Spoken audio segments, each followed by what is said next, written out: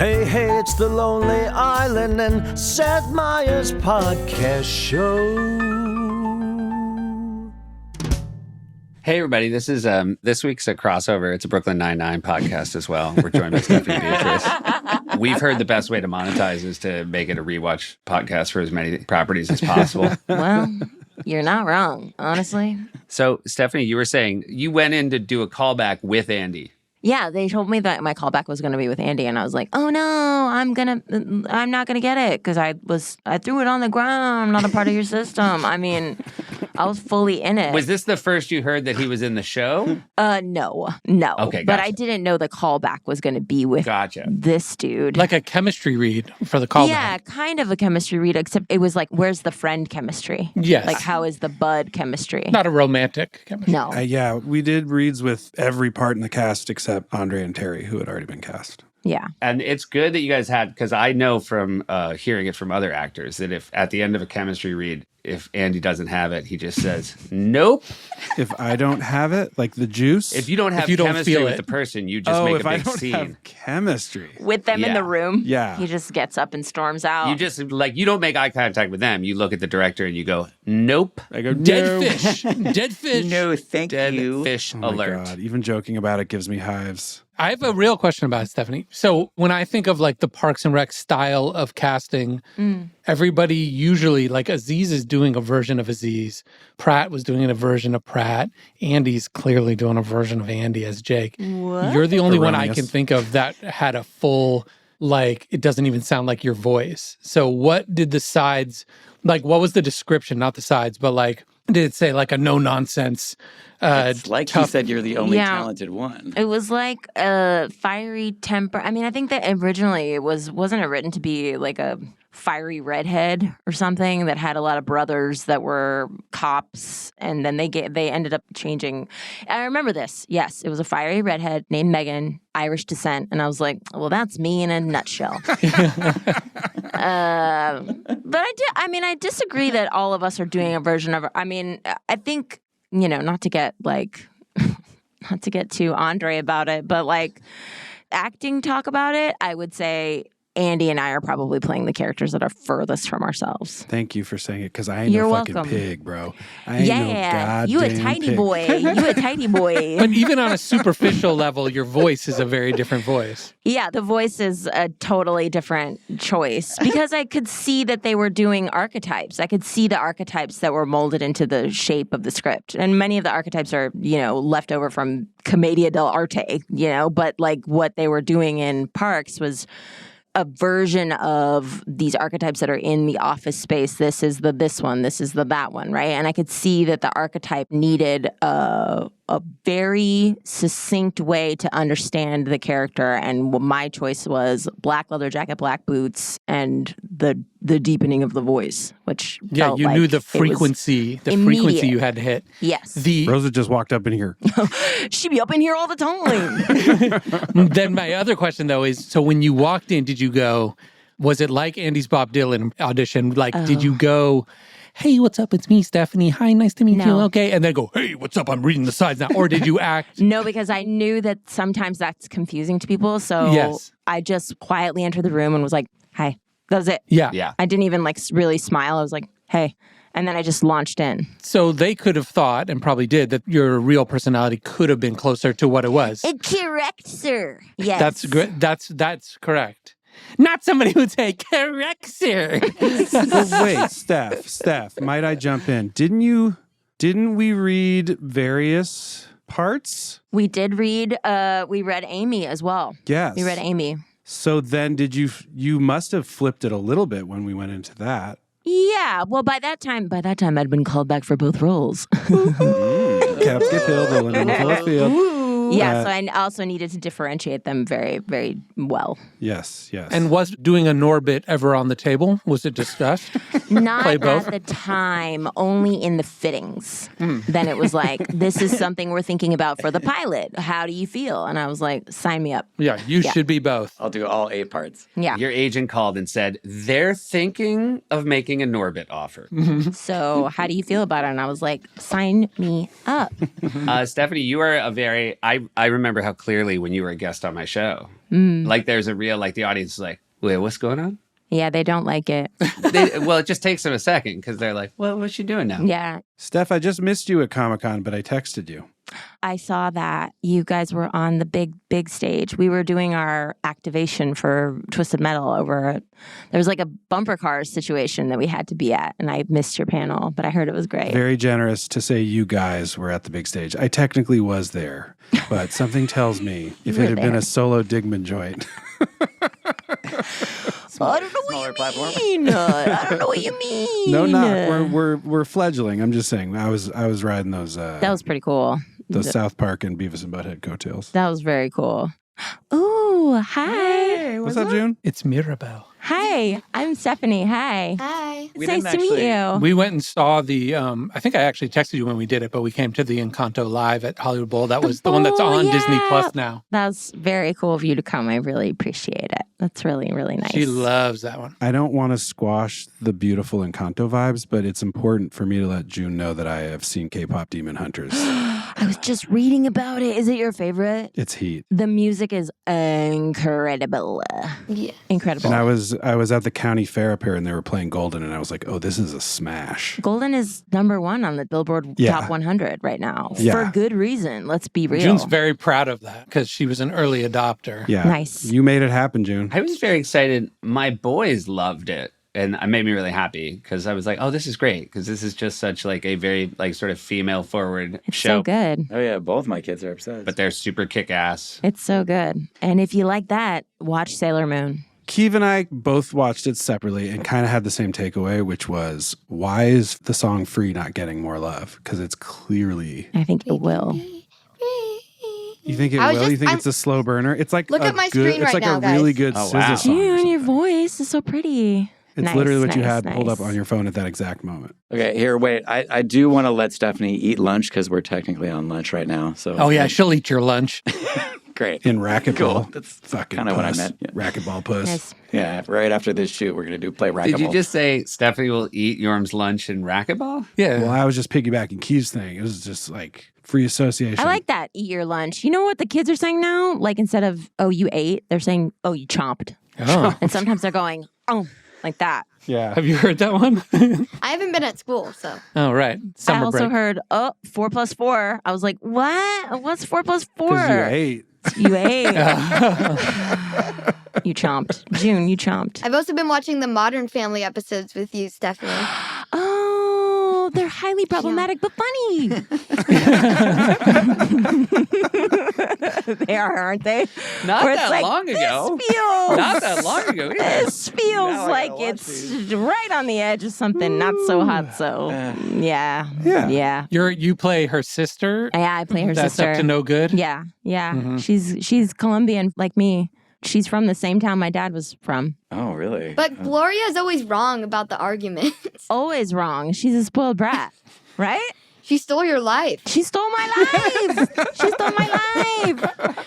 Okay, I gotta go now. Okay, bye guys. Bye, Bye. Steph. Bye, Stephanie. Bye. It was so nice to see you all. Bye bye. Love you, Great buddy. surprise. Thank you. Something else that I find problematic is that at the end of K-pop Demon Hunters, they play Takedown, but they don't change the lyrics to be like updated and more demon. So you still felt it was like negative? Yeah, like they were like, well, we already cut the track. And I was like, hey, but they talk at length in the movie about how these lyrics aren't actually fair.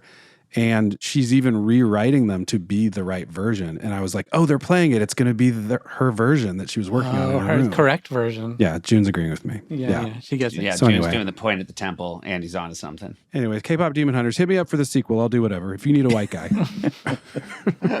Bye, June. What a wonderful start to today's pod. Yeah. You guys, I'm sorry about that. And by the way, so you guys, Stephanie Beatriz is here. You can use that at the beginning. Oh, that's great. Seth did do a little intro. You did? Yeah. Okay, good. Probably Sorry. not enough though, Yorm, and I do think whether we put that at the beginning or just keep it here, I think it will have a lot of value, and I'm glad you added Well, it. Stephanie and I are shooting a commercial right now on the WWWB lot. And yeah, she's here to start the pod. Is the Have you frog seen there? the frog? Yeah. Is he there? The frog keeps jumping out, and then I'm like, the fucking frog, and then everybody turns around. He's fucking playing dead. Oh, I hate it. Wait, so the frog is lying on the ground pretending to be dead? Yeah, the guy. So you're saying the frog is playing possum? He's gaslighting me, guys. Yeah, but I'm at the WWB. Oh, cool. Oh, yeah, like the Animaniacs. Mm-hmm. Can I just take a moment to say hi, Seth? Hi, Andy. How you doing, bud? I'm doing good. I'm sorry that I couldn't pick up the phone during corrections. That's all right. Your video, and then I was like an old man and fumbled your video, but it didn't end up playing great. okay, good. How long was that running? I think I wasn't clear that this was like a running thing. For a month and a half, I've been trying to call Andy during corrections to ask him what was his favorite Nick Cage line in Captain Corelli's Mandolin. Yes. And that I was supposed to say, no one touched my fucking mandolin. Was that it? I think it was, which one of you fuckers touched my mandolin? Which one of you fuckers touched my mandolin? Is that a real line? No. Yeah, you are. Yeah, it's a real line. Oh, fucking. Okay, I'm out. This is, but thank you, Andy. You came through for me. Well, yeah. Also, someone, you have to watch the last corrections because someone said they found the Bollywood Andy Samberg, and I played a trailer for a movie where there's like a dude who does kind of look like a Bollywood Andy Samberg. Oh, I can't wait. Yeah, Love an alternate reality version of a person. yeah. It was very good times. But can I tell you maybe the craziest comment I read this week? Yes, please. Yes. And it's Cage related, which is why I'm jumping in. Oh, okay. That Get in the Cage prophesized Keeve's Naked Gun movie, because when you did Get in the Cage with Liam Neeson, you at one point said, "You're a sweet kid, Leslie Nielsen." Yeah. That's right. You're a sweet kid. Which I'm almost positive is a Rob Klein joke. Fantastic. Yeah. I mean, it totally makes sense. And that actually, there's no way Seth MacFarlane didn't rip that off, right, Keeve, on the record? 100%. We need clicks. He told me at dinner. Oh, he told you. Hey, where'd y'all go? The Ivy. Polo Lounge. A lot of the comments about our podcast. Yeah. People have just been jumping in the comment section, Keeve, to say how much they've loved Naked Gun, how hot it played in the theaters they saw it. That's awesome. I got some really nice Quaid Armies. We haven't talked since then, right? The Saturday night of opening weekend, you can just check Fandango and make sure that you're not going to get embarrassed and go to a half-empty theater. And the theaters in LA were gratefully very full.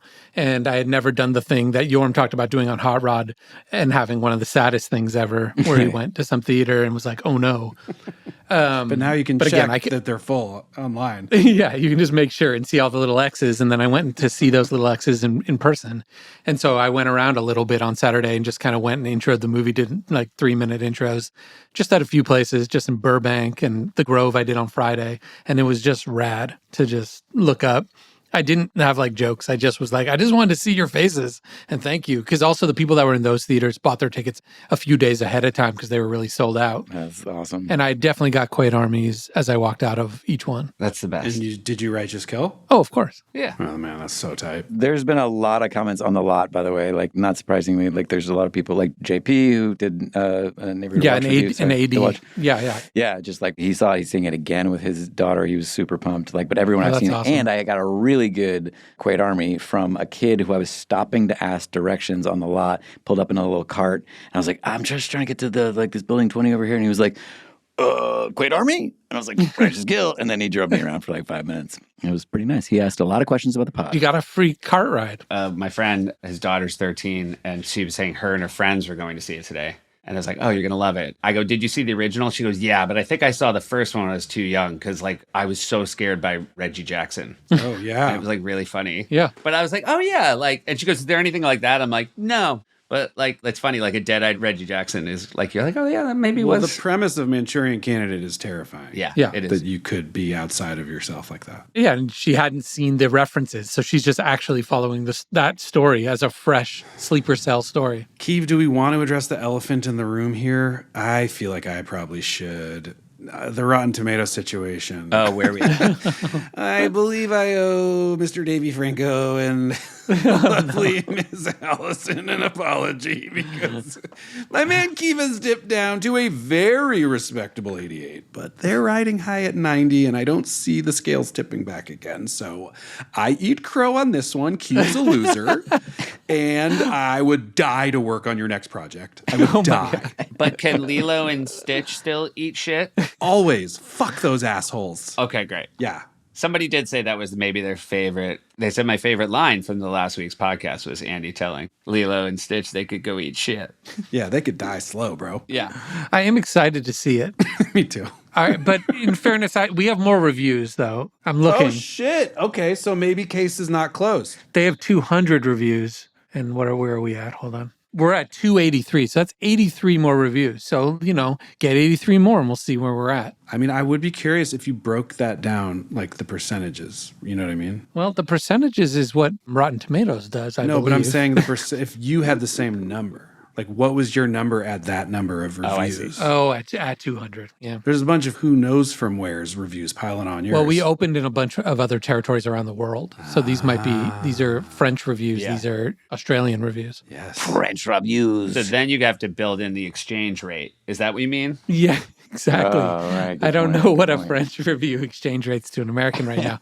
The American review rate is actually a little bit low. I don't want to point fingers, but the current administration has been driving down the price of American reviews. Are you think tariffs are hurting your There, Rotten Tomatoes? yes, and they thought it would get all our movies to get better reviews, but it turns out when you put a tariff on like a French review, it actually knocks it down by a star Oh, of course. when it comes in. Do you think you could get a pull quote on the Naked Gun poster in time that says as well reviewed as Together, except for the tariffs on the reviews? Something like Yeah, you have to account for it. that? Okay. Hey, I just want to jump in and say that, I think I've been part of the problem. I haven't gone to a lot of movie theaters to see movies recently, but I had a great time because I got invited to the premiere for Naked Gun, full blast. I had James Gunn on my show, and I thought, I got to see Superman. And, a lot of the bigger movies, they don't send links even to talk show hosts, Oh, which is kind of shocking. Yeah. So I went and saw Superman in the theater, really fun. And then I was kind of riding, the wave. I went to see Weapons. So did I. And this is a story about how I'm an 85-year-old man. I go to see Weapons, Union Square, Monday night, buy a ticket at 8 o'clock. It's got, I don't even know what this means, but it's like 4DX seats. oh no. Yeah. You didn't know what that meant. I like So that. I walk in. Oh no. First of all, I walk into the theater. By the way, I know everything about this story makes me sound like a very old man. I was so angry when I went to see Superman because it was like 30 minutes of previews. Yeah. And I was like, never again. So I time it that I'm showing up 20 minutes after the movie was supposed to start. I walk in, assigned seats. I'm the last guy there. The dude sitting next to my seat has the biggest bucket of popcorn and already like 8 like butter rags, like crumpled up napkins all over my seat. And by the way, the dude was super cool. He's like, "Oh, bro, I'm so sorry." He like picks up his big tub, all his like butter rags, and he's like wiping 1,000 kernels off. And I'm being really patient, but I'm also like standing up. People are trying to watch trailers. Finally, getting to my seat. The trailer for Running Man starts, and these seats are like shaking back and forth, and I'm like, no. It's just like, no. Oh, no, And thank I you. say to the guy, I go, is there a way to turn these off? And he goes, no. And he says, you can turn off the water. And I say, the water? And he says, yeah, they spray water if it's in the movie. And I was like, I cannot tell you. I know I've talked about, Fred used to do a bit about somebody just getting up and down, just putting on a big show. Yeah. And that was exactly what I did. I stood up and I'm like, no, thank you. And immediately left. I was like, there was just no way. And then I walked out and there was an 85-year-old woman who was taking tickets. So she and I were the same age. But she'd just taken my ticket. And I'm just like marching out. And Yeah. Oh, wait. What? Oh, wait. I sent him the wrong link. I was trying to say... Hi, Jonah. Hey guys. What's up, I Jonah? was trying to send you threw it on the ground, and I sent you the Zoom link. But what's up, Jonah? Oh, Jonah, hey, hello, guys. everybody. This is a twofer on Yorma What- inviting people to our podcast. What's going on? It's our podcast recording. We're recording the podcast right now. We can edit it later. We can edit you right out. No, dude, it's cool. Leave me in, man. When we talk, throw it on the ground.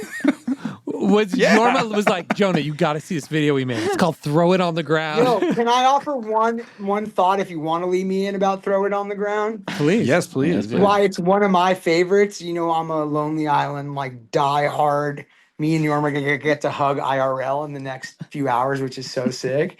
And what up, Seth? I haven't seen your face live and Andy. Jonah, it's been forever, and it is dude. absolutely a delight to lay eyes on you. All I do is listen to you guys and pretend like I'm there having fun with that I have friends on my long drives.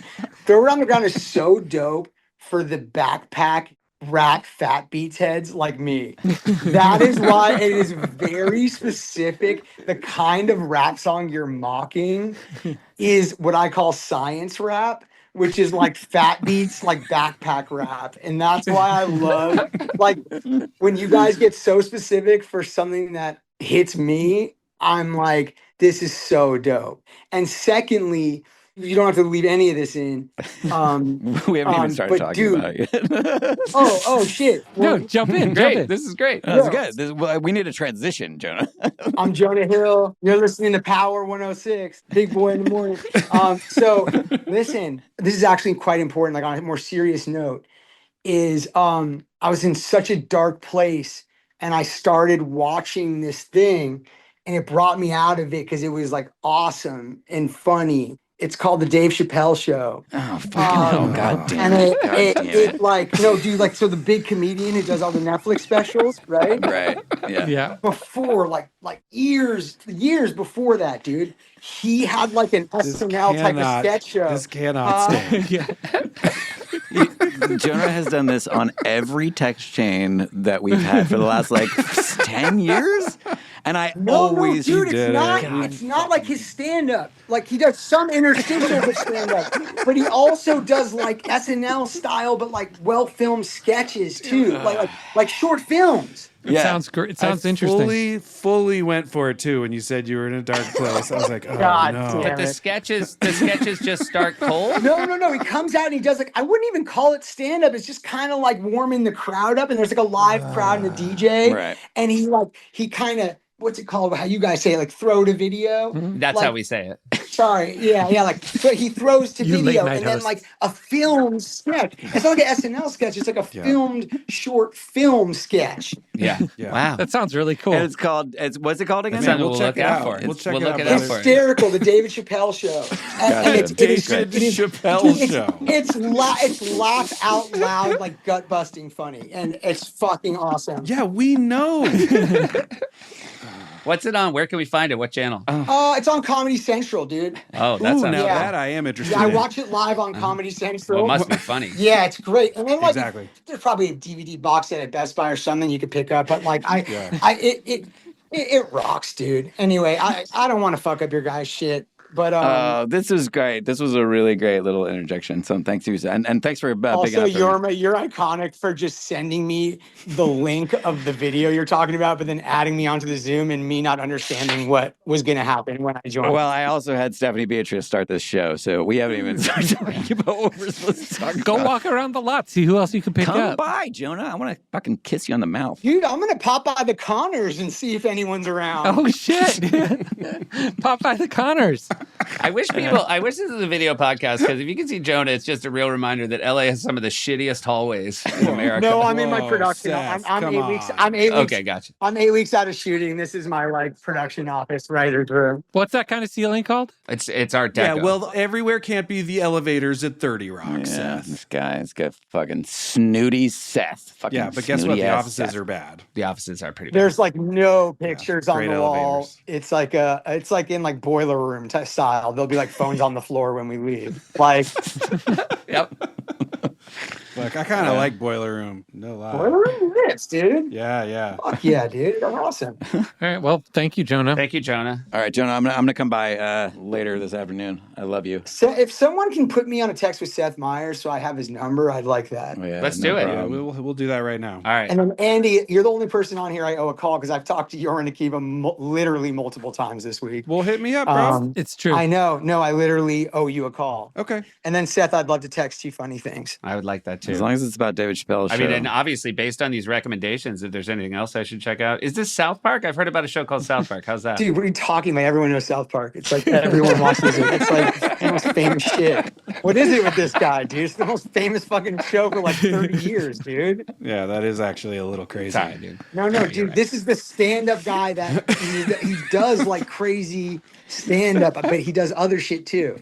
Great. Yeah, South Park, whatever, dude. Nice bumping into you, Seth. Like, good call, dude. Good call, dude. Anyway, but I'll hit you with his number, though. Yeah. Yeah, after the South Park thing, like, you know, I'm like, dude. Reconsidering. Yes, Seth, I love you. I would love to connect with you, dude. Love you, buddy. This was awesome. I got to be on my favorite show. This is how guests are booked on Seth's show too. But I'm not making the cut. Let's be honest. I'm not making You're the cut. in. But send me You're the in. photos. It's all I think you will. Oh, you're going to make the cut. Jump on anytime. Jump on anytime. Literally, is this the all Zoom link for all of them? Because I will find out when you're recording and jump on and fuck your shit up. It honestly might be. I have no idea if it's a new one every time or it's always the same. Someone hit me with a schedule, and every 18th episode, I'll pop in 18 minutes in and talk about Chappelle's show. Oh, please. All right. Please do. I love all you boys. Bye. All right, love you, buddy. Love you, dude. Love you, Bye. buddy. Bye, buddy. Bye. Support for the Lonely Island and Seth Meyers podcast also comes from Airbnb. You know, guys, I was recently out in Los Angeles. I was staying at a great place that is right across the street from a park. I'm not going to tell you where it is. And I'm going back to Los Angeles soon, and I'm gonna stay at the same place. What's so great about that is that you really feel like you're part of a neighborhood. The place was clean, it was comfortable. Again, the location is what they say in real estate. And I had a great experience, and I'm going back. You don't have to be as boring as me. You don't have to stay in the same place. What's so nice is that you can vary it up, stay in a different neighborhood, and check out a different part of whatever city you're in. Anyway, I was pumped, and I'm clearly pumped enough to want to stay at the exact same joint. It's also a great way to host your own place if you're that type of person. Don't leave money on the table. Seriously, it's a great way to make a little extra cash. Your home, as they say, could be worth more money than you think. And you can find out how much at airbnb.com/host. Support comes from Wonderful Pistachios. Wonderful Pistachios is the don't hold back snack. They're healthy and they're tasty, so you can snack without holding back. Wonderful Pistachios is the craveable snack that tastes too good to be good for you. Irresistible flavors: honey roasted, jalapeno lime, chili roasted. Bring the heat, the sweet, or the kick to keep you coming back for more. With 6 grams of protein per serving and 0 grams of regret, Wonderful Pistachios are one of the highest protein snack nuts. If you don't believe me, ask Akiva. You didn't send anything in? Great. No shells, no limits. Don't hold back on flavors or convenience. I'll tell you what I like. It's just eating a ton of pistachios, and I'll tell you what I don't like when I forget to hide the shells, and then my wife comes home and says, "Did you eat all of the Wonderful Pistachios?" And I say, "No, I didn't." And then she'll say, "Well, where are all these shells from?" And I'll say, "Your guess is as good as mine." Visit wonderfulpistachios.com to learn more. Felt weird to say love you so early in the episode, but I guess it was just... I know, but you had to do But it. he knows You had the to do it. protocol. Yeah. I do feel like I've earned the right to say, Yorm, Stop inviting people on the will pod. anyone else be joining us? Genuinely, no. No. Oh, but Yorm, I don't think we ever did throw a little intro. Ready? Yes. Oh, Jonah Hill. Oh, yeah. Jonah. I feel like we started saying Jonah pretty quickly. I think people will find his voice, but we're, again. Yes, guys, I just Seth got it. accidentally sent Jonah the link to our podcast. So here's Jonah Hill, everybody. Well, I don't think that's how you would have said it in the moment. Hey, Might have been. Yorm, I've noticed you spell your name with a Q in this Zoom, and it actually looks awesome because it balances out the kind of... The J. That's weird. Usually The J. it's Yorma with quotes around it, which I find to be funny. But it's JORMQ, but you read it as an A, but with like a little style on it. And It does look It's cool. a pretty good look. Yeah. Yeah. Jorm quote. It also, for the pod, there's nice to get, I feel like that's like Yorm Quaid. Yeah. Oh, Somebody did ask in the comments, and I feel like most people know how to spell it, but somebody asked, how do you spell Quaid? It's Quaid. Yeah. Yeah, like the family Quaids. Like the family Quaids, exactly. So obviously thrilling and unexpected to see Jonah there. I do feel a little bit like Seth got kneecapped in the middle of a great anecdote. That's true. I feel like the best part of the anecdote had happened, but thank you, Andy. I will just say, I literally was walking out a minute after I walked in, and this old lady said, "What, honey?" And I was just walking like somebody who'd been like mistreated. And I said, "I can't." This might be a direct quote. I'm like, "I can't sit in those seats." Did you also complain about how expensive it was too? Because I assume it's more expensive. to No, sit but there. I will say, it was $30. Well, yeah. Were you not tipped $30. off by like how expensive it was? You're like, why? These movie prices have gotten outrageous. By the way, let me tell you something about 40X. They should give me $30 Bro. to sit for in your there. back, Save pain. it for your special. Yeah. You got to save this for your special. This is good stuff. Now, I will say, I don't know what it would have been for weapons, but for the Running Man trailer, it was like somebody had grabbed me by the shoulders and was just like shaking. Because there's no like quiet moments in the Running Man trailer. There's lots of quiet moments in Weapons, but this was just like 2 minutes of like, ah. But then I said, I go, no, I'm leaving. And she said, well, hold on. Let me see if I can find a different time. And she's like, oh, the next one's at 10:40. And again, 85-year-old man, I'm like, I can't stay up till 10:40. No, you kidding? 10:40? You've been asleep for an hour. And she was like, you're telling me, honey. It's a long movie, too. And like, she and I just had the nicest moment of like, we just are living in a this is not our world anymore. Yeah. This is not our world anymore. Anyways, The Roses is coming out. Make sure to check that out. Oh, good call. I'm very I excited. did see a Roses Oh, poster. I'd love to see that 40X. 40X. 40X. I also do want to say I went back and saw Weapons 2 nights later and highly recommend. Yeah, it's very fun. Too spooky. No, it's fun spooky. It's fun spooky. Yeah. Okay. It's genuinely, I think it's a great way to describe it. It goes places you don't expect it to go. Really fun to watch a movie that I was constantly like, no idea where this is going, and delightful. But now that you guys have said that, I'm going to expect it to go places I'm not expecting. Oh, yeah, expect the unexpected. Yeah. So now it fucks it up. Yeah, spoiler. Like, you didn't spoil it overtly, but you did fuck it up for everyone forever. I'm going to read this, but I feel like you'll enjoy it because somebody wrote a bit long, but very relevant to Andy regarding Transformers. Push the cube into my chest. Oh. In Portuguese, cube is just cubo. Pretty similar. What's not similar is that the first half, Q, pronounced ku, is a dirty slang for anus, put blatantly asshole. Q means asshole. So some genius on YouTube took the Brazilian dub of Transformers and did a supercut of all the times they talk about the cube, only cutting out the very end of the word. I give you guys a small selection of the resulting dialogue translated back into English. Optimus Prime.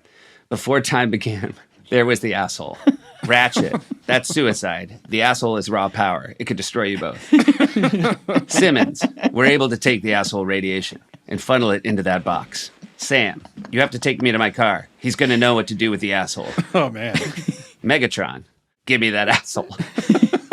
And last but of course not least, Optimus Prime. If I cannot defeat Megatron, you must push the asshole into my chest. Yeah. Which, doesn't really do much for anyone. Can you do that? Can you do your, Optimus, but with asshole instead? If I cannot defeat Megatron, you must push the asshole into my chest. It's really good. Great stuff. Which I'm not really sure what it's going to do. Not sure how it'll help. We'll just have to see. But just push it in my chest. Do you think, somebody else wrote, do you think if this movie had come out before the first Quado sketch, you would have had somebody say, push this Quado into my chest? Oh, my God. Probs. Does seem like it ticks a lot of boxes for you. Dream world scenario, I was very happy to watch Through It on the Ground again. So was I. I didn't go back in case we were going to do a watch. I mean, obviously we're going to watch it together, but before we watch it, because it is lock Criterion for me. Yeah, for all of us, I believe. But this is a specific kind, Jonah, of course, referenced it, but talk to us a little bit about what kind of song is this? I don't even know, really. Yeah, the beat doesn't match the tone of the character. Right. It really is its own little thing. I mean, truthfully, I'm not sure if we've talked about it ever before, but we had the beat and loved the beat. And I believe, Keeve, this is the one where you had just been obsessed with the Phantom camera. Yeah, exactly. Or had we already used it before? No, we had never used it before. I feel like you were all about the Phantom camera, which could shoot in this insane slow-mo. And it was, at this time, pretty recent. I'm not a gearhead like Yorm, but I had seen enough things that were super slow-mo where I was like, how do they do that? I don't know if I knew about the Phantom before you mentioned it. So gear or not, I did not know. So I was very keen on this. There's just a level of slow-mo that you cannot do on any normal camera because it is so slow. It can go 2 seconds becomes 2 or 3 minutes of footage, right? Exactly. It had been used in movies and maybe a few music videos. It was in the Hurt Locker when the bullet shells, the casings are hitting the ground, and it goes into and you see all the dirt and stuff, and it's insane looking. It's beautiful. But I think I asked Dina or somebody, can you research what this is? And she found it, and she found a place in New York that had it.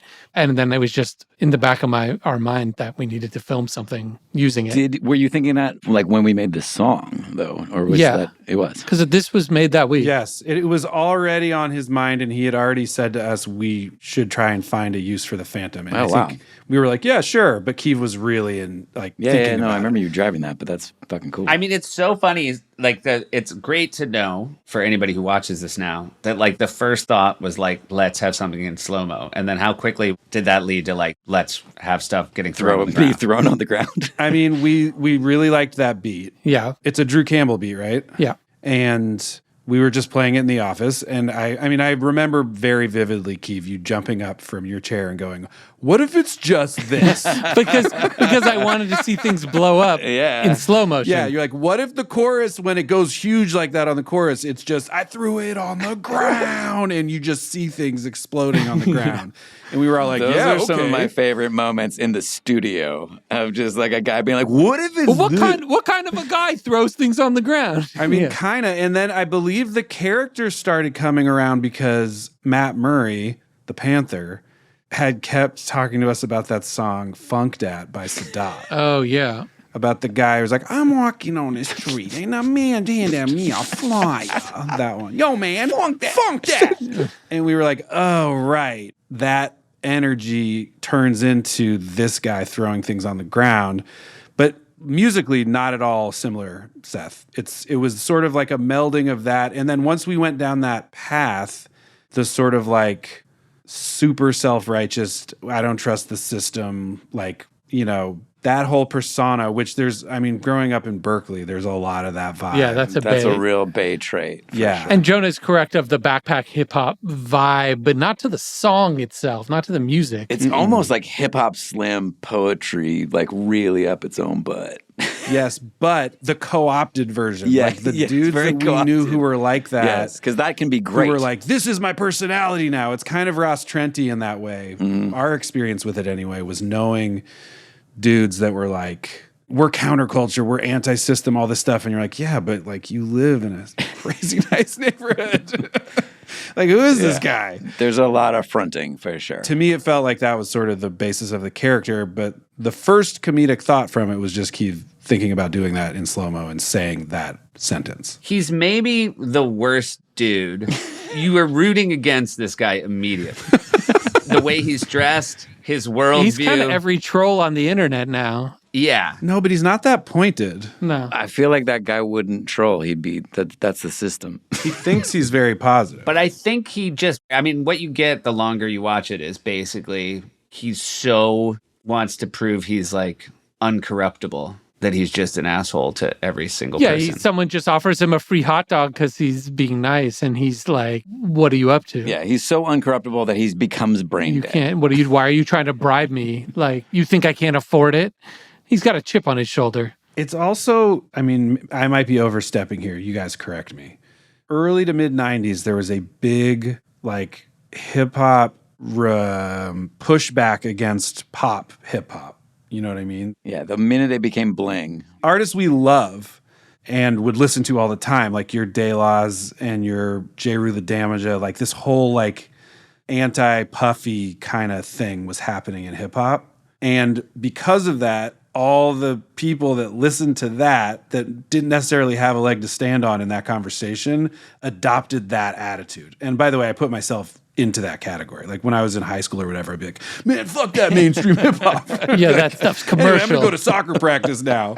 You know, like and I feel like there's a little bit of that in this as well, of like misguided rebellion and anger against a thing that really had nothing to do with it. Yes, because that also made complete sense. Like there was a lot to rebel against. It was money and bling and da-da-da, and there were some really good political points, and there was like, this isn't real hip hop and da-da-da, and then that getting co-opted by other people who weren't quite as intelligent. Even one further in the Bay Area, though, too, there was a big culture of unsigned artists selling tapes out of the back of their cars. But then there was pride in that, too, of like being unsigned and making your own music, which even was one step even further. Yeah. INDEPNDENT. Yeah. Keep it independent. No fuck A&Rs, right? Yeah, for real. Definitely the genre of music where there's the most songs about who's doing that genre the best at the current time. Mm-hmm. Like songs about the genre and what the genre is supposed to be.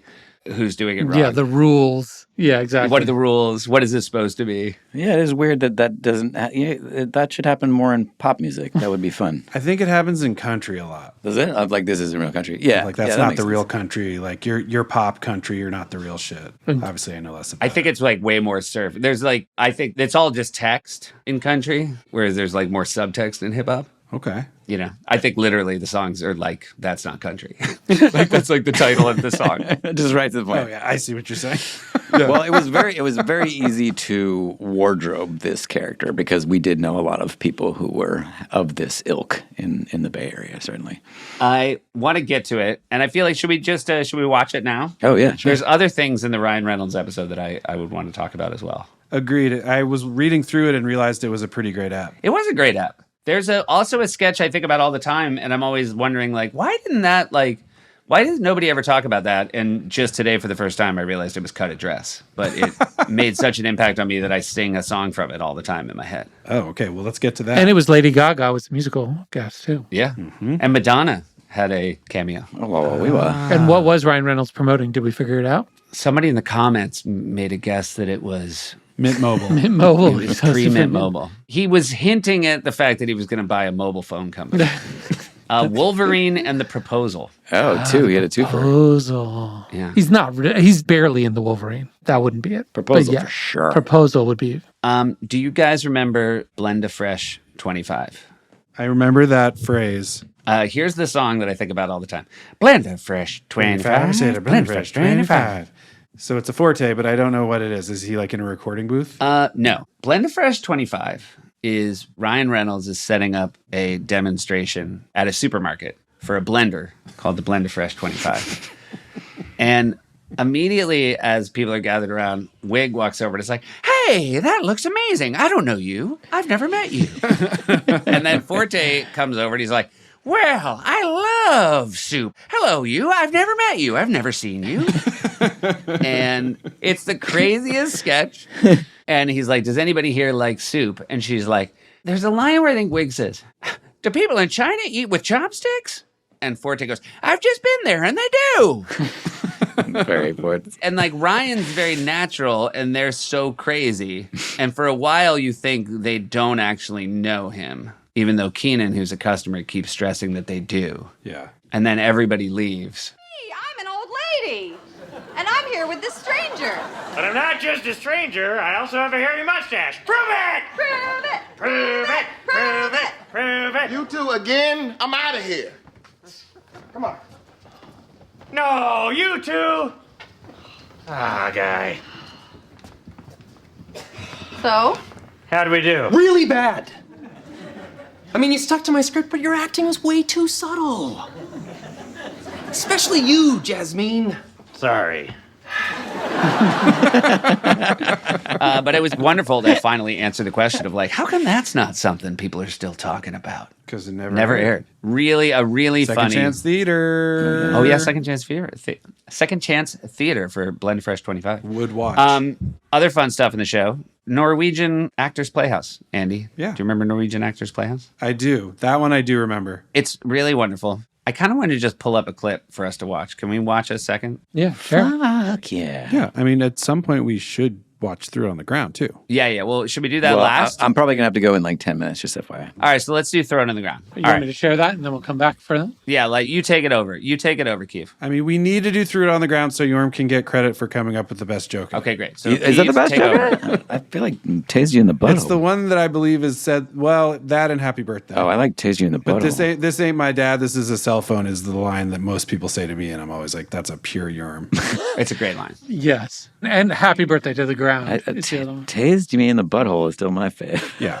Well, we're going to get into that. Oh, I just thought this is really short, but just in terms of gearheads, I got invited to do the DGA Digital Day like a year after this, which is like a panel where you talk about shorts. So yeah, I remember that. So it's a thing I wouldn't normally go to. The DGA is the Directors Guild, and it's a trade day also where like almost like a mini Comic-Con, but in this teeny little space where different camera companies are like showing off their new lenses and new equipment and what the technology can do.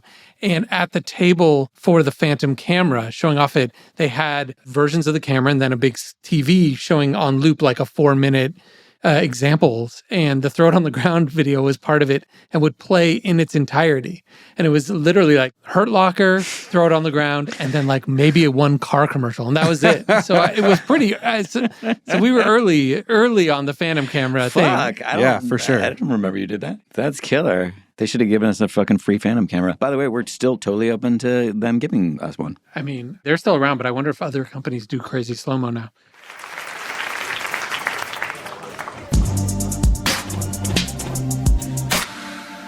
I was walking through the city streets, and a man walks up to me and hands me the latest energy drink. Run faster, jump higher. Man, I'm not gonna let you poison me. I threw it on the ground. You must think I'm a joke. I ain't gonna be part of your system, man. Wow. It's fast to get into the joke. That's like a pop song where it's like 20 seconds in, chorus. I mean, we didn't have much else.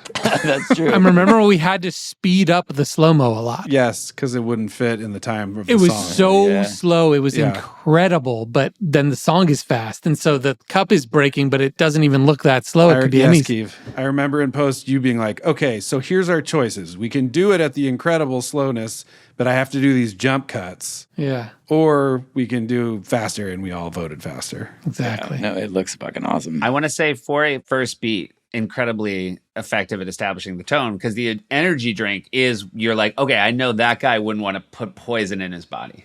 It's the most reasonable you are the whole time. Yeah, but also, when in human history has a man stood on a corner with little shot glasses of energy drinks? Certainly the shot glasses. I was in Beverly Hills 2 weeks ago. There were two girls with Red Bull backpacks. Oh, okay. Hey, look. Yeah. The times that I like being standing corrected the most are when it makes us look good. Yeah. Ahead of the curve, always. Yeah. But you're right. It wouldn't be open. They were giving out full cans, to be fair. And they wouldn't give you a shot glass. Right. Did we also have a different DP on this? Because it feels substantially better than... Yes, because we were using that camera, so I believe it was Aaron Phillips, and he went on to shoot a ton of our stuff. A ton of our stuff, yeah. And was this his very first one? I think, it's definitely one of them. Is this our first music video we're talking about since Like a Boss? Yeah. Yes.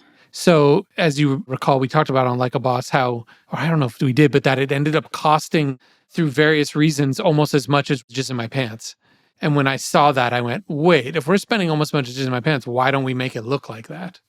And then that was when a big discussion was had. And I was like, what can we hire outside of the show, essentially? But obviously we had on the ones we had done outside the show. Yes, yeah. I would just really quickly add that this many years later, it's still funny to me when we casually talk about Jizz in My Pants and don't acknowledge how stupid it is that we're saying it. Yeah. Okay, let's keep going. Also, real quick, Mother Lover was the last music video we talked about. Oh, right. But that was supposed to look like the other one. So Right. So, Andy, how would you describe your facial hair? I mean, it's a goatee, but with the soul patch. Yeah, I would describe it as... And without the sides, it's a chin beard. Yeah, it's whack. Huh, yeah. And then you've got your, like, thin-rimmed MC Search glasses on. Yeah. But then you got... And the Kangol. This is definitely the dude who jumps into the cipher and spirals and is too self-effacing. Yeah, and that's the mathematics that Jonah's referring to. He sees this guy and he's picturing the systematic, automatic refresh. Cerebellum. Definitely says cerebellum. Yeah. Yes, definitely. My medulla. Yeah. Psilocybin in my cerebellum. Antebellum, cerebellum. Lyrical Miracle is the classic. Lyrical Miracle. All right, you got the puka shells. You got the army jacket. It was like every perpetrator was like copying the 70s style that was the return Vietnam soldier look. And actually, Yorm, what happens to perpetrators? Oh, perpetrators, get the Bozak Camille Jams. Psych. That was a real drop from our hometown radio station back in the day that we tried to, like, I would wait around trying to get to so I could record it. Perpetrators, get the Bozak Camille Jams. It's the best sentence ever written. Perpetrators, get the Bozak, fool. That was said on the radio by an adult man. Loved it so much. Jesus. All right, you can play. Oh, but it also is getting at that these guys don't trust it is garbage to him because it has like caffeine and taurine. And Yeah. this guy is granola. Yeah, major corporation natural. too. He makes his own granola for sure. Yeah, he's not trusting what Nabisco's putting into a product. I can tell you currently this guy is super psyched that RFK Jr. has the position he has. That's what I meant by the internet troll. I Yeah, didn't mean this like, guy, No, yes, it's the Venn diagram of that. His position is to take the other side We got of you. any ledger. Less troll, more conspiracy theorist. Yeah. Yes. Contrarian conspiracy theorist. he started far left and he's ended up somewhere else now. Yeah. All right, we're never getting through it. All right, here we go. Garbage in another man's veins. I go to my favorite hot dog stand, and the dude says, "You come here all the time. Here's one for free." Brian Tucker. By the way, the way Andy's even just moving his shoulders through life, like as you walk up to the hot dog man, is so indicative of this character. Swag. Like, yeah. I want to say something that I love again in the writing, because a dude who doesn't like energy drinks and what they put in your body would also maybe not like street hot dogs. And I love that you establish he comes there all the time. He's always eating hot dogs. So he's a now hypocrite. his issue is completely moved on. Yeah, he doesn't do the knowledge. Yeah. One other just film nerd thing I'm noticing is this video has a really weird look to it a lot of the times, lighting wise. And it's because even though we're in broad daylight, the camera needs so much light when you're shooting at like 1,000 frames per second that we had to blast everything with light.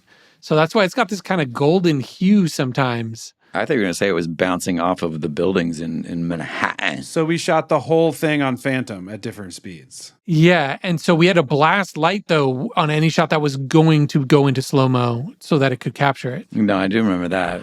Here's one for free. I said, man, what I look like? A charity case? I took it and threw it on the ground.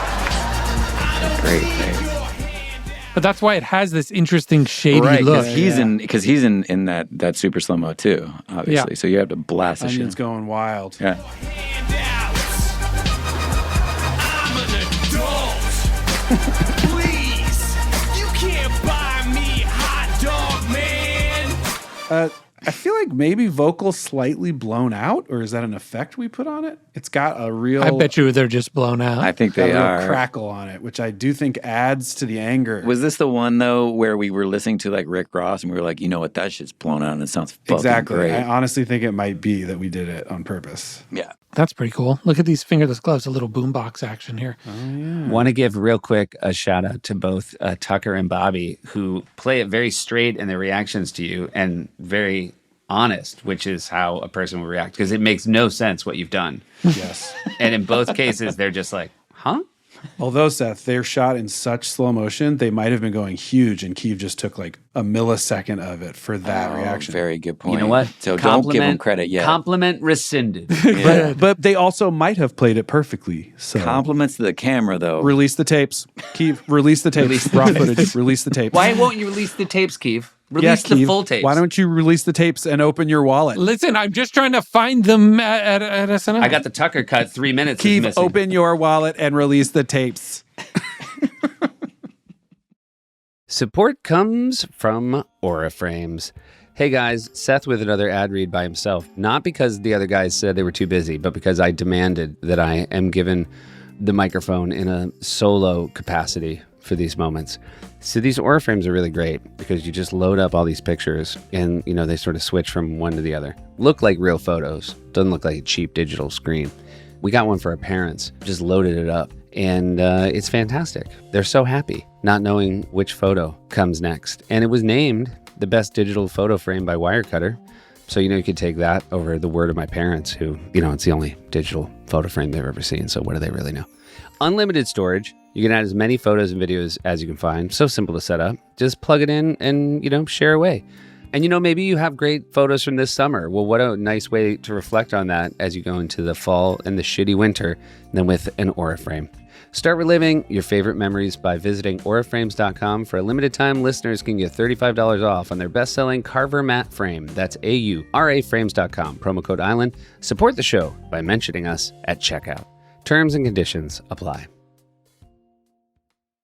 Thanks so much to our friends at Maker's Mark for sponsoring this episode of the Lonely Island podcast. Recently, Andy, Yorman, and I came back to 30 Rock for the SNL 50th celebration, and what a celebration it was. We got to reconnect with old friends, Maya Rudolph, Amy Poehler, Fred Armisen, and so many more. And we also had the opportunity to steal away to my dressing room and reminisce about our time on the show over a glass of Maker's Mark. Oh, and for legal reasons, we had to edit out some of the specifics, but you'll get the idea. We're very excited to be partnering with Maker's Mark, and we appreciate all the attention that Maker's Mark pays to their beautiful bourbon. They hand dip each bottle, they hand rotate each barrel, they hand cut each label. To some of you, that may sound unreasonable. To us, it's perfectly unreasonable, and it's all thanks to their co-founder, Margie Samuels, who came up with both the label, the name, and the beautiful hand-dipped bottles. And gentlemen, I feel like there are a lot of perfectly unreasonable things we witnessed in our years at SNL. Undoubtedly. Do you have one that comes to mind, Andy? Let's see. Personally? Yeah. Yes. One time on your Weekend Update, yes, I was playing Beloved Hero. Yeah.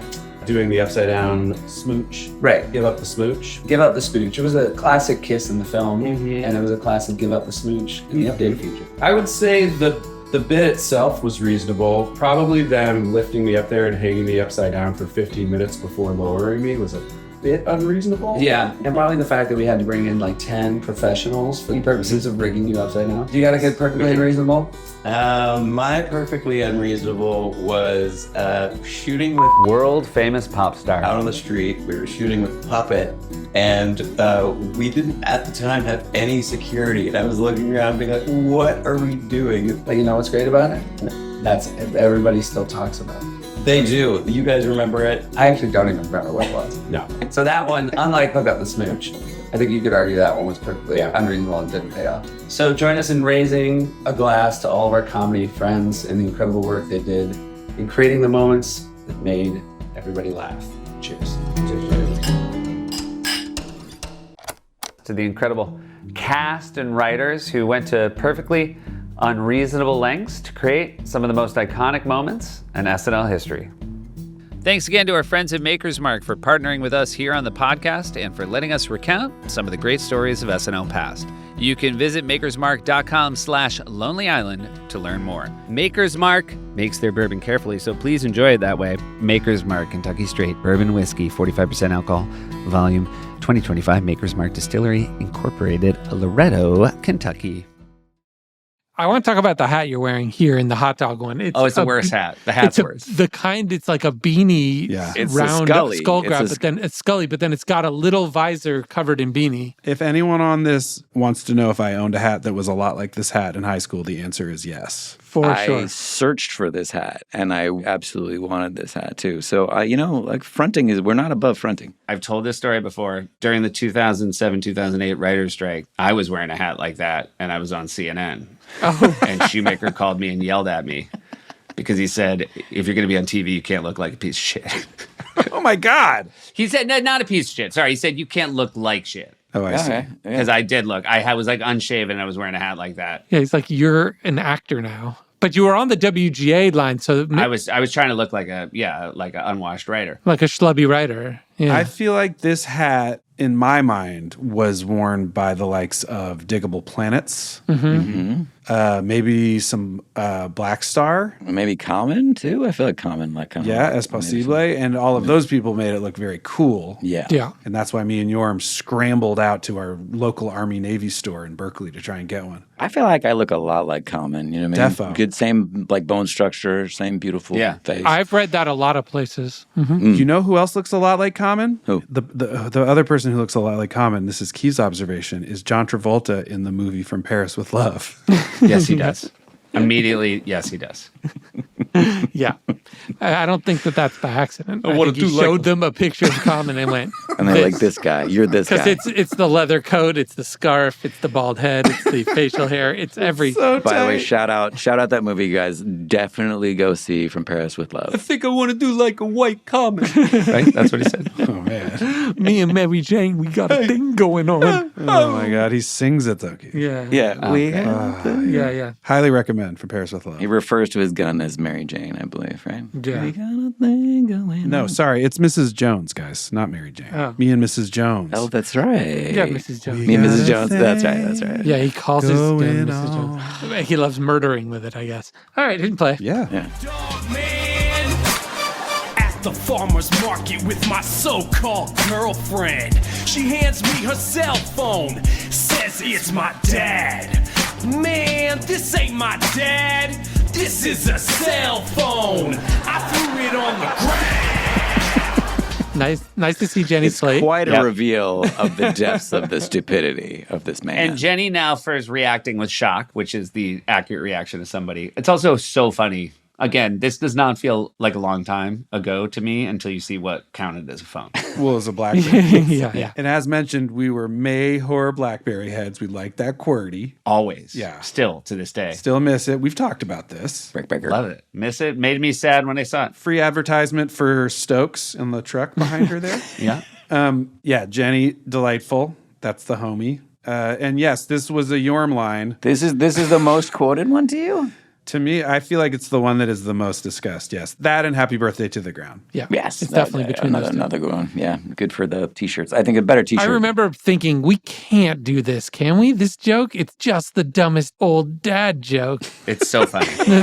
I remember you having a problem with it. Yes. Yorm, I will say, to Yorm's credit, like a lot of times we'll bring in an old-timey feeling joke like that, like from Show a Show's era almost, or like Marx Brothers or early Steve Martin. Yeah. It's all the early stuff I used to listen to. It's My dad wonderful. made me Yeah. listen to a lot of old radio, like George Burns' But Crazy Allen jokes. they're so conceptually clean and convey so much about the character. It's Yeah, it's correct for this guy. I do Yeah. believe Yeah. he's also, most people that have said it say it because they're winking. Hey, that's not my dad. That's a cell phone. But he's mad. yeah, this guy believes This it. guy means it. She literally saw her phone, went, beep. I went, oh, it's your dad. And you went, that's not my dad. That's a cell phone. He's so mad. Broke out of the crowd. What are you even talking about? Ah! He got so mad about it. I'm not an idiot. You, by the way, you make it clearer to her. In the next line, you're worried that she still believes that phone was your dad. So you do Yes, want to clean it up a little bit more. By the way, so we went to a real farmer's market, clearly. Do you think Yeah. we even had any permission? We just had to look up farmer's markets that were happening on that day. Did we, or did they just set up a few things? No, there's no way. The thought fact that maybe there's they a set this truck up. there is Pretty good. What, you think I'm stupid? There's no way. We got to ask Dina that. Jenny's reaction there is very good. My dad's not a phone. Duh. Yeah, she's the stupid one. Yeah. That's an important distinction. Yeah, but her reaction shot, she looks legit angry and annoyed, and I love it. If you go back a little, that's my favorite. I hate this guy face. Is, Nostrils flared. Yeah. Yeah. It's not you were good. fully flared. Jenny's so mad. Yeah, she had thought about breaking up so many times. She's actually furious. Yes. She's mad at herself. She's like, how? Yeah, she's just like still. Yeah, now today's the How day. did I let This it? is your last day. How did I let this happen She's again? like, here he fucking goes again, this guy. How am I here? Also, my so-called girlfriend. It's just a concept to him. But by the way, we gave her, she's got like bird feathers on her puka necklace and like black fingernails to let us know why she would be dating you. Yeah. Like those are little personality choices happening there. I'm not a part of your system. That. Yeah. It's so stinky. You're right. It's an amazing Andy face. Yeah, that's amazing. Some poser hands me cake at a birthday party.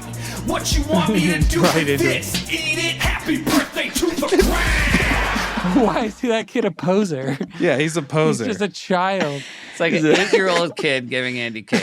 Yeah. Look at this little poser. saying what something's for as if it's crazy. Like, what you want me to do with this? Eat it? Yeah, it's got refined sugar. Well, actually, little great. backstory on that line. Yeah. There was a Del the Funky Homo Sapien album. Yeah. Where he talks about trying to buy weed, and instead he gives this guy his money, and he goes into a house and comes back out and gives him crack. Oh, is this why I Wish My Brother George was here? That's the first. No, album. it was like a Del, like it never got released. It was just the tape. You'd like buy it at shows. Oh shit! And his line, the guy hands him crack, and his line literally is, "What the fuck you want me to do with this? Eat it?" And I always thought that was the funniest shit ever. Oh, that's a deep. I love that. So then on this, I was like, "Oh my god, I could do that Del line, but it actually makes sense now because it's a piece of cake." Oh, that's great. Now, the other great joke on the joke here is that it's not this slow-mo of the solitary piece of cake hitting the ground is not. No, it's very rewarding. underwhelming. It's very lame. It's so funny. How underwhelming it is so we funny. were honestly trying to figure out, like, wait, I could try to like throw it really hard, but then it would like fall apart in your hand. And we could not figure out how to make a slice of cake explode in a good way. And then I don't know if we got one that was a little better and then got in editing and realized this was the funniest one. No, but the second shot is obviously very satisfying. That's what pays it off. Yes. But I definitely think it was, I mean, we knew this was funny. So Whack. The rest of the cake too. Welcome to the real world, jackass. Oh my god! So yeah, the wind on that kid obviously was not I planned. love that shot. Yeah, he looks majestic. And again, when it was in crazy slow, it was like the most majestic shot I had ever seen. Yeah, it was like From Where the Wild Things Are. The kid's great, by the way. Crush. Great kid. Wherever he is now. Yeah, he's probably a full-grown adult now. But you know what? I hope he's Quaid Army. Yeah, me too. Righteous Go. Oh fuck! Oh, we can only hope. What I don't hope is that he grew into your character. That would be No, almost that would be heartbreaking. bad. As if right now he's looking at you being like, I'm going to have that look in real life. Maybe he was just looking up at Andy like, this is what I want to be. All right, let's keep doing it. So many things to throw on the ground, like this and this and that and even this. We just wanted to throw things in slow-mo and see what would happen. Chicken, the rotisserie chicken is a real delight. Well, it's just it's always funny to me though, like this is a song with audio in it, and just that you would say this and that and even this, like in an audio song, is so fucking dumb. Like, Yeah, we were not thinking about releasing it on a record. We knew when we wrote it, we didn't want to commit to saying the things because we didn't know what we were. yeah, or what's gonna look the coolest in slow mo. Again, you can see they all have this weird lighting because we had to blast light at them, but it gives it kind of an interesting look on each one. I like it a lot. It sets it apart. Yeah. I mean, again, Phantom can give us a camera anytime they want. Yeah. Also, this is an entire subgenre of TikTok, Instagram video reels of people that break things in slow, or like, the one where they fill different bottles with like hundreds of bouncy balls and roll them down steps. Yeah. Like an ASMR videos of things being crushed. I'm just saying this is a basic human desire to see what things look like when they explode that we are exploring here. And it should be called Threw It on the Ground genre, is what you're saying. Yeah, there should be a small residual. And it's so funny that we had just gone on strike and we didn't secure that. Yeah. Seth was wearing the hat. He had made himself look like a sloppy ass writer, the opposite of what he really is. I do want to close the circle on that story because I don't want Shoemaker to feel like a bad guy. Shoemaker felt so bad that he called me up and told me I looked like shit that he said, can I come to your apartment and apologize in person? And when he did come to my apartment, I had shaved and answered the door in a tuxedo. Is that true? Yeah. Oh, wow. Wow. One, you guys are a great team, but also I think that's great producing on both ends. Both One, ends, to tell yeah. you look like shit, and then go to your apartment. This is apologize. back when he was a producer at SNL and you were writing. Yes. And the strike had separated us. Wow. You guys, I do have to go now back to my set. Peace out, I Yorm. loved Love you, Yorm. seeing you guys. Larry Shear's shooting this, guys. It's what you call overkill. Oh, Yeah. say hi. Oh, that's awesome. Yeah. All right. Bye, guys. Peace, John. Okay, here we go. Ready? Like this and this and that and even this. I'm an adult. All right, why? I mean, how the Ryan Reynolds is clear. He's the host. Yes. Yep. What was the Elijah Wood? Had he just come to an episode and we had just. Was this before or after Celeste and Jesse Forever came out? Because he's in that and we became friendly through that. And I maybe just texted him. I feel like this is before Celeste and Jesse. Celeste and Jesse is 2012. Oh. Yeah, we're well before that. Maybe we just asked talent who was around, or maybe Ryan and him were friends. Yeah, and I do think obviously we were fans, and you, the Lord of the Rings guy, as established on the pod, were a massive. I was geeking hard when he showed. Yes, and I believe he had shown up at some SNLs just to watch an SNL. And somehow, sweetest dude on earth. Yeah. Lovely, lovely human being. Yeah. Just saw him at Comic-Con. I believe he just finished shooting with our buddy Matt that we talk about all the time on Radio Silence for Ready or Not 2. I believe he's in it. Oh, exciting. Yeah. So we needed 2 Hollywood phonies. Yeah. Ended up being 2 like super nice guys having a very civilized dinner and chatting. Yeah. They offered you their autograph. You were They so tried mad. to give me their autograph. They're trying to force it on him. Very clearly based on the video. Oh, you must be a fan. Yeah, and then it's funny because the idea is this is your video. Yeah. And then you put in irrefutable proof that that's not what happened. That's right. And you flip over their table and it's an incredible slow-mo shot.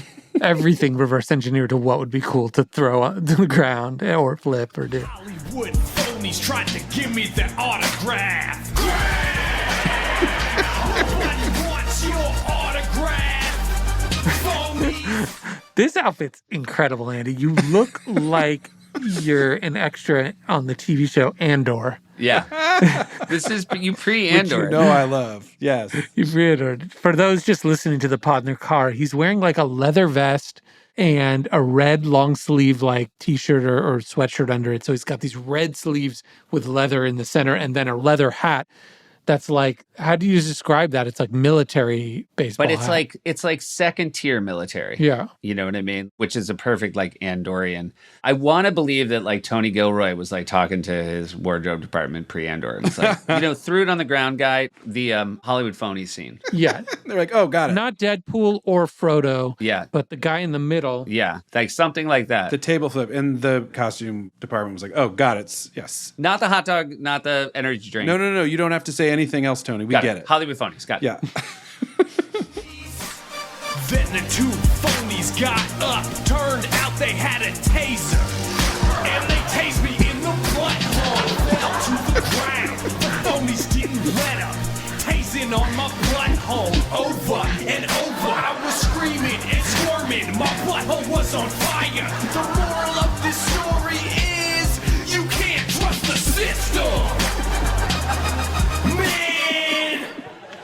What a turn. Wow. Really got me a little. And Andy's really losing it. It was making me laugh hard all over again. Yeah. The repetition of it is very funny. He's so proud. He doesn't change his tone. He's just telling it like it is. Yeah, this is what happened. I mean, again, it's wonderful that you got tased in the butthole and you keep saying butthole. It's a real Sandberg. Oh, no, you can't talk right now. Bye-bye. I have to do this. I'm sorry. I love you. But there was an alternative ending, you were saying, to getting tased in the butthole? Oh, no, just the last. The energy of that, of like... So there was an alternate ending, yes. It was the moral of the story is... Everything was the same, by the way. We had tased in the butthole. There was no alternative to tased in the butthole. That was always going to be it. It was the moral of the story is you should always wear a butthole shield.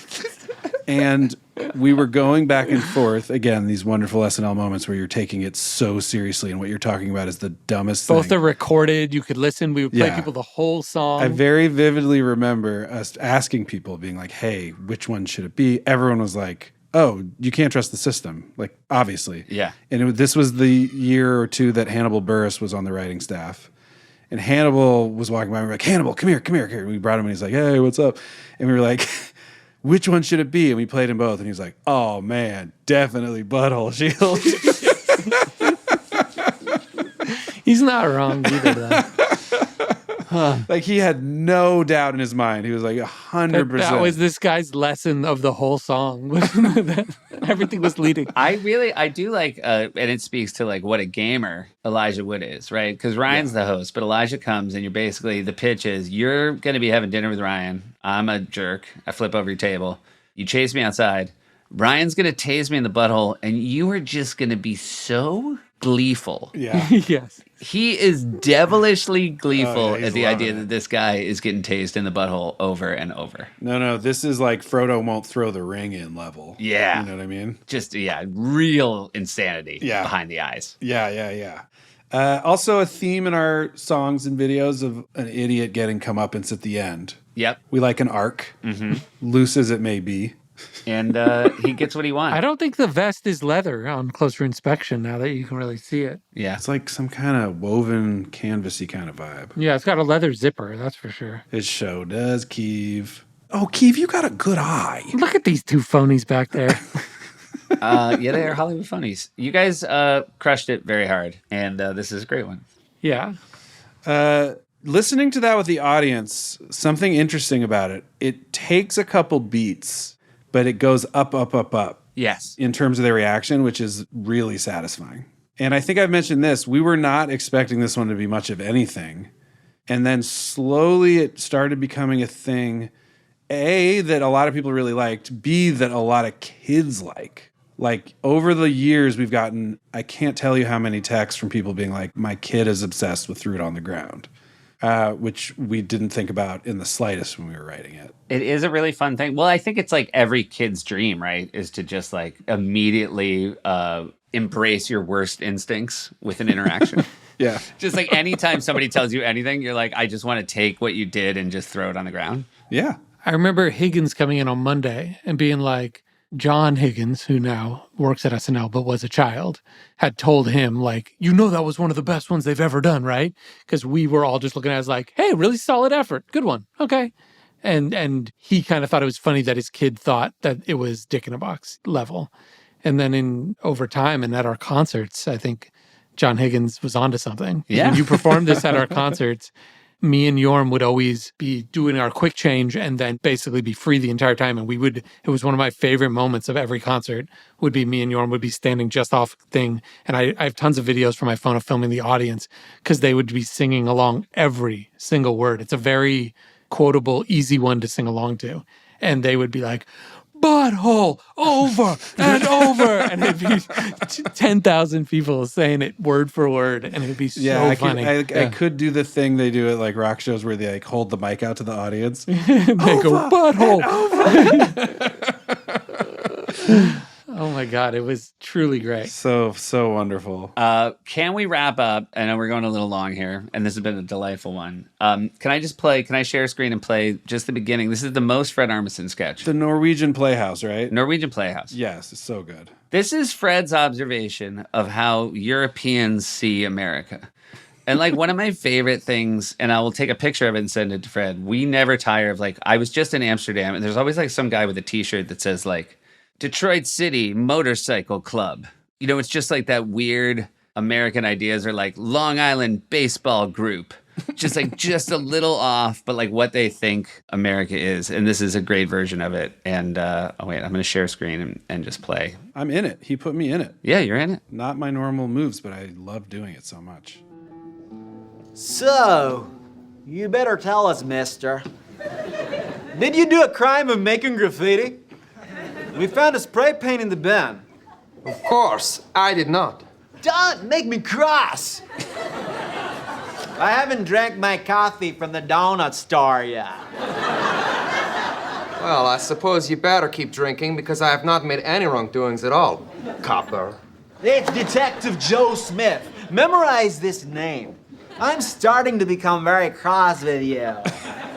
Joe, do you want me to strike him with a knuckle sandwich? Nah, John. I'll just read this newspaper of the Daily News and wait. Give me my Marlboro cigarettes, will ya? I didn't make a graffiti. I mean, it's just idiotic and so much fun. It's really good. It's also because Fred doesn't know how to hold a coffee cup or a cigarette or a newspaper either. No, even his gyrating body is somehow Norwegian, like Norwegian pretending to be American.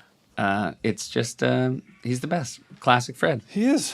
What else was that show? I had my backstage with Gaga. Yeah, wearing the bubble dress. Yeah. Oh, yeah. Which I was gassed about.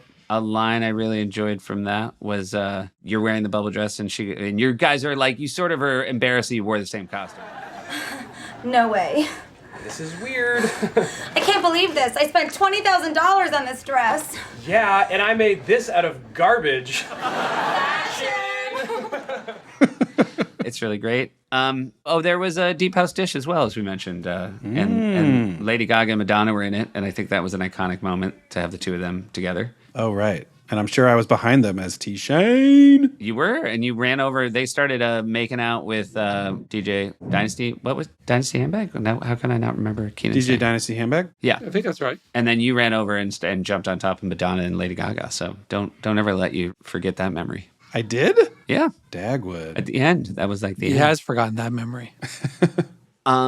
Hey, somebody said, as we wrap up, there was one comment I wanted to read where someone said, oh my God, I say hittis in the tittis so much at home, I'm worried I'm going to say it at work. And then they just put in quotes, hit us in the tittis, Your Honor. They're a lawyer worried they're going to say hit us in the tittis. Yeah, I love that. To a judge. I love just telling us through context. Also, hey, do we have that voice note ready, Jeff or Kevin? While we wait, I just want to say, Keith, it would be an honor to memorize and perform the song Free With You. Oh, would you be the SZA or the Justin Bieber part? You choose which part you want, and I'll take the other part. Right now, or like we can practice? No, we need to practice, but we'll build up to it. Yeah. It's from K-pop Demon Hunters for everyone listening. Yeah.